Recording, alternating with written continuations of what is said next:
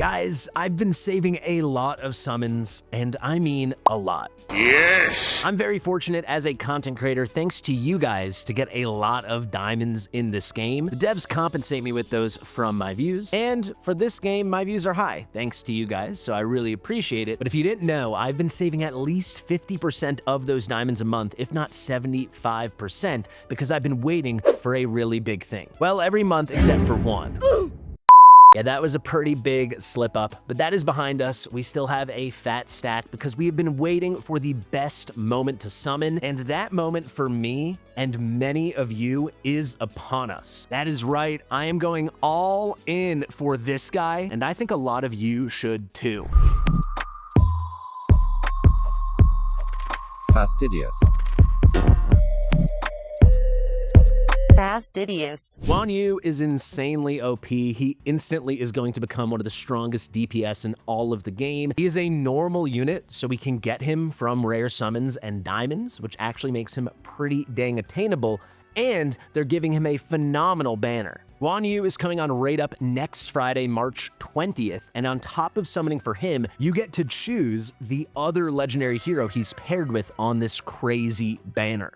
I cannot wait for this banner, and I'm assuming a lot of you guys can't either. If you want to join one of the biggest pulls parties in the history of my channel, make sure to sign up right now in the description and the top pinned comment. This is a completely free live stream event that anyone can sign up for and participate in. And anyone who signs up can participate, no problem. I've already made the sign up form. You can find it linked in the description and the top pinned comment. I've also already shared it on my Discord. We're looking at 7 signups so far, so that is tremendous. Hopefully we're gonna get a lot more. Sign up right now. Let's get into it. In this video, I'm going to tell you why Guan Yu is so good and why his banner is sincerely worth all the hype. First off, he will instantly enter the game as, full stop, one of the strongest damage dealers we have, without many exceptions. He is a brilliant AoE DPS as a melee unit. He's also a tactician, so he can move all over the map. He really brings so much to the table in terms of sheer power and damage dealing prowess.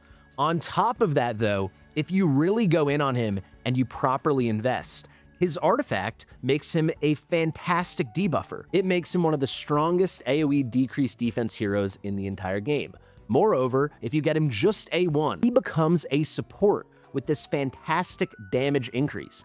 Every time he ults, he's gonna boost his damage and the damage of all allied heroes within 2 tiles. That is a huge range. So I'm gonna get into it with a little more detail, but TLDR, who is this guy? He is a monster AoE DPS who, with a little investment, becomes an incredible debuffer and an incredible buffer. Also, combine that with the fact that he's on red hair over here, he's moving all over the map, he is so flexible, he's so versatile, and he brings so much to the table. I really think he is a must-have unit.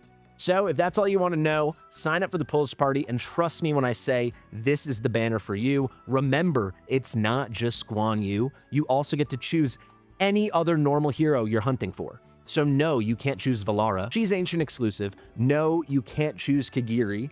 He is a 200 exclusive limited hero, but any of the normal heroes in this game are up for grabs, and that is a phenomenal pool. If we go to our Invocation of Spirits, just go to the drop rate section and look at all these units, some of the best units in the game. You can pick Ireless, you can pick Nezah, you can pick Hatsit, you can pick Silas, you can pick Draylin, Narissa, Elowen, whatever you need, or you want dupes of for Awakenings. So many of the best units in the game are going to be available to pair with Guan Yu. So many people are asking me who they should pick. I will put out multiple pieces of content on that. Next week, I'm doing a tier list like I did the last time they did the Choose Your Own Legendary Hero style banner, and I will rate all 82 of them. That is right. Well, actually, it's 81 options because Guan Yu is also included in that 82, but I'll rank all 82, and spoiler alert, when I do those tier list maker style tier lists, S tier is the highest tier, and Guan Yu will be S tier. So let's have a quick chat now about what makes Guan Yu so good and why you should be prioritizing his banner. This is more gonna be a quick hits style breakdown. I already have a huge guide on Guan Yu you can find right here. I'll also link it in the description and the top pinned comment. And I'm planning a bunch more Guan Yu content after he debuts next weekend. I have another showcase and guide breakdown thing I have planned. So let's just go through the key things you need to know about him. First things first, he has excellent base stats. He really does. If we look over here, his base attack is 5607. That might not sound crazy, but remember, he's putting out very consistent AoE defense break once you get his exclusive artifact. They haven't hard confirmed it yet, though it is all but guaranteed his exclusive artifact will be part of the big event that he is arriving with, and it will be available in the Redeem shop. So that defense break brings down the defense. This attack starts feeling a lot stronger. However, you might still be thinking, hey, it's not Ardia who has almost 8,000 attack. Yes, however, he very quickly boosts his attack permanently throughout any long battle. I mean, he does it in any battle. If you have a long battle, very quickly, he'll have full permanent uptime on this attack boost. And that comes from his special mark buff called Blade Stance. He can stack this 5 times. If you get him A5, he can stack it 7 times. So there you go. Go get him A5. No, but really, it already starts out so strong, you can stack it 5 times. Each stack is going to give him another 4% attack, and it cannot be dispelled. So really quickly, he's going to get up to 5. And I mean within 10 or 20 seconds, as long as he has targets to kill. Otherwise, maybe it'll take 30 seconds, 40 seconds. But he's going to have 20% more attack. And then, if that boost in attack wasn't enough, if that very high uptime on AoE defense break wasn't enough, you still don't think he's strong enough with his attack compared to the reduced defense, he ignores a ton of defense when he's ulting. As a baseline, during the ultimate, he is ignoring 4% defense per Blade Stance stack. You're going to have 5 stacks, unless he's A5, then you'll have 7. But for most of us, it will be 5 stacks, so that means he's ignoring 20% of the defense. And then, if he's in the Dragon Eidolon state, that's another 20%. And he should be in the Dragon Eidolon state. So most of the time, if not all of the time, depending on the content and how well you build him and how well you use him, when he's ulting, he's ignoring 40% of defense. That's on top of the defense break and on top of the huge boost to his attack. So you can kind of fold that into this number right here. And it is going to apply to whatever attack you build upon him, right? It's not going to be to his base attack. It is very, very strong. He's got great base HP, and he's actually quite fast. For this level of AoE DPS, a 2.6 second attack interval is pretty dang speedy, and wouldn't you know it, he can get a lot faster. So the second key thing you need to know about him is this over here, his Dragon's Eidolon state. If you're using him in content where he can consistently have enemies to kill, and he's gonna kill them, he just needs to have enemies coming at him that he's able to kill, because he's so strong that once they come to him, he will kill them. But if you're consistently killing enemies, you can maintain full uptime, 100% uptime on this state. And when he's in this state, he will reduce his attack interval by 20%, which is very significant. So if we look at the build I have here, he's got an attack interval after the attack speed I built upon him of 1.3 seconds, I believe it was. So 20% of 1.3 is going to be a reduction of 0.26 seconds, right? So let's do some math. We're talking a new attack interval of 1.04 seconds. Basically an attack interval of 1.0 seconds, like Mari or something, but he's not Mari. He's a huge AoE DPS, and now he's just going to be spamming hits non-stop. That is amazing for enabling the third incredible thing in his kit, and that's going to be how quickly he is able to ult. He has a very cheap ult for how strong he is at 800 rage. His excellent initial rage of 600, and because he's going to be in a constant Dragon's Eidolon state in most content you're going to use him in, because you're going to use him in AoE content and then he's going to kill everything, he's actually going to do basic attacks all the time and be able to rage cycle very quickly. But the other reason he's ulting so frequently is this passive over here, Peerless Warrior. Every time he gets a kill, he will restore his rage by 3%. Then, for every stack of Blade Stance, he will restore an additional 0.5% rage. Remember, unless you have him A5, he will have 5 stacks of Blade Stance, and also remember, once he has those, he can't lose them, and he gets it very, very quickly. So basically for the entire battle, he will have the full 5 stacks. So for the entire battle, whenever he gets a kill, he's not restoring 3% rage, he's restoring 3% plus 5 times 0.5% rage. So that's another 2.5% rage. In total, it comes out to every kill, he's restoring 5.5% rage. You'll see, in content where he's consistently killing stuff, and especially if you're bringing a rage regen support unit, like an Ireless or a Hollow or an Eloin or a Leia, whatever, when he finishes his ult, because his ult's pretty long, right? He's got this nice, strong, long ult of 20 seconds. He will have at least 50% rage already. Very often he'll be at 60, 65, 70% rage, and then he's attacking very quickly because of the reduced attack interval, and he's basically ready to ult. Go watch my original guide on him. Reminder, it's in the description in the top and comment. You are gonna see he's ready to ult all the time. It's pretty nuts.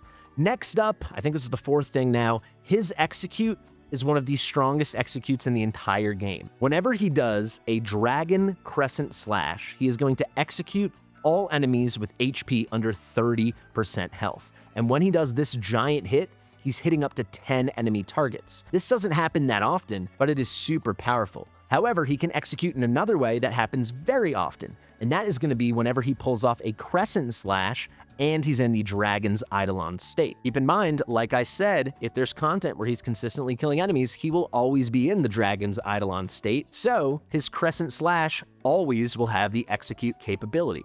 It is so strong. He is more likely to execute as well because of this passive over here. Both those two slash types, Crescent Slash and Dragon Crescent Slash, on top of healing him, which is cool, they're going to deal more damage when an enemy's health is under 50%. That damage increase is going to be 50%, and that is multiplicative. So it's a 1.5x multiplier on the damage. That is very, very significant, and that boost is coming at the right time, because it's coming when those units are under 50% HP and you want to get them under 30% to trigger the execute. Very often that does happen.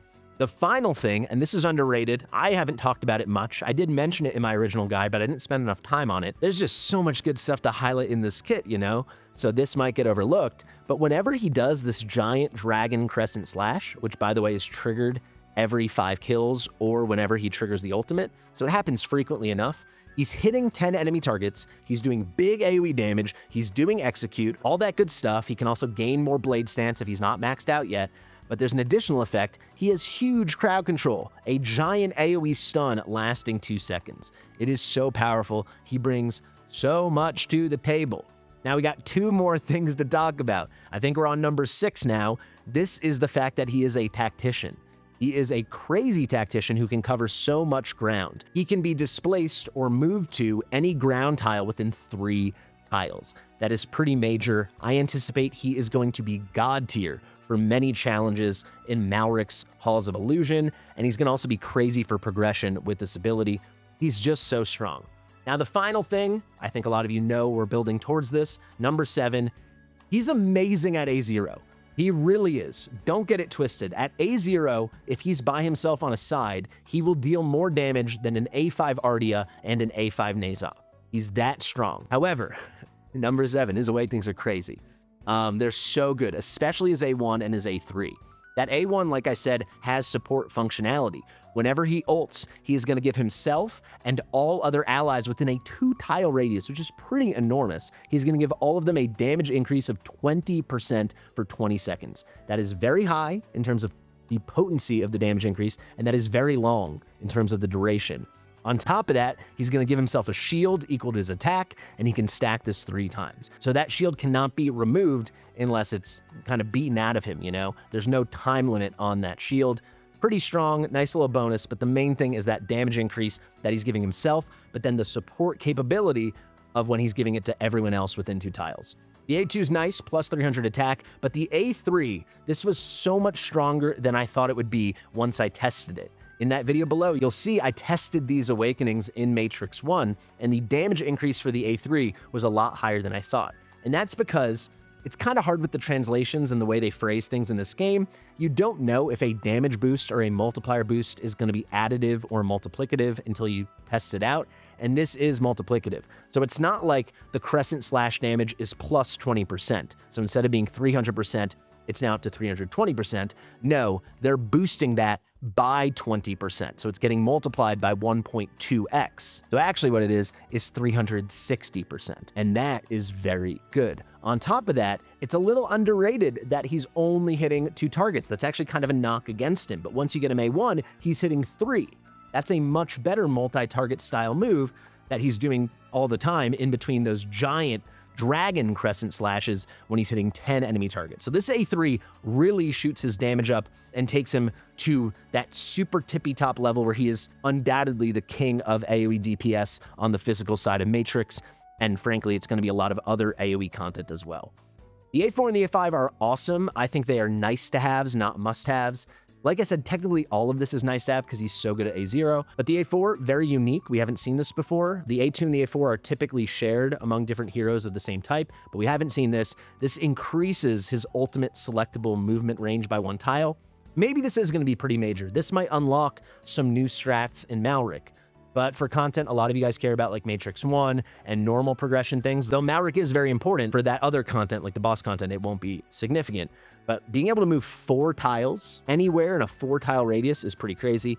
Then the A5, that stack cap on the blade stance is increased by 2, which has a lot of effects, right? He's getting 8% more attack when he's at the max cap, right? It's going to be 28% instead of 20. He's getting another 1% rage per kill. Instead of 2.5% additional, it's 3.5%. So that's going to bring it up to 6.5% instead of 5.5%. And then on top of that, he's going to ignore more defense when he's ulting, right? Instead of it being 20% if he's in Dragon's Eidolon, and then 4% per stack with 5 stacks is another 20. Now it's going to be another 28. So that brings him up to 48% as a new baseline. And then finally, this is another way to guarantee entrance into Dragon's Eidolon. So no longer do you have to worry about getting kills to enter Dragon's Eidolon. Now, whenever you trigger the ultimate, it's guaranteeing that he's entering it, or if he already was in it, it's going to refresh the duration and bring it back up to, I believe it's 25 seconds. So there you go. I kind of got into the nitty gritty, but I do feel pretty confident saying I really know this guy's kit now. And he is a guy whose kit you want to know. It's a kit worth knowing because he's so freaking good. So I am all in on Guan Yu. He is an absolute beast. You should be too. If you want to join the Pulse Party, find the sign up in the description and the top pinned comment. I've been Fastidious. Share it with your mother, and I'll see you real soon. Bye.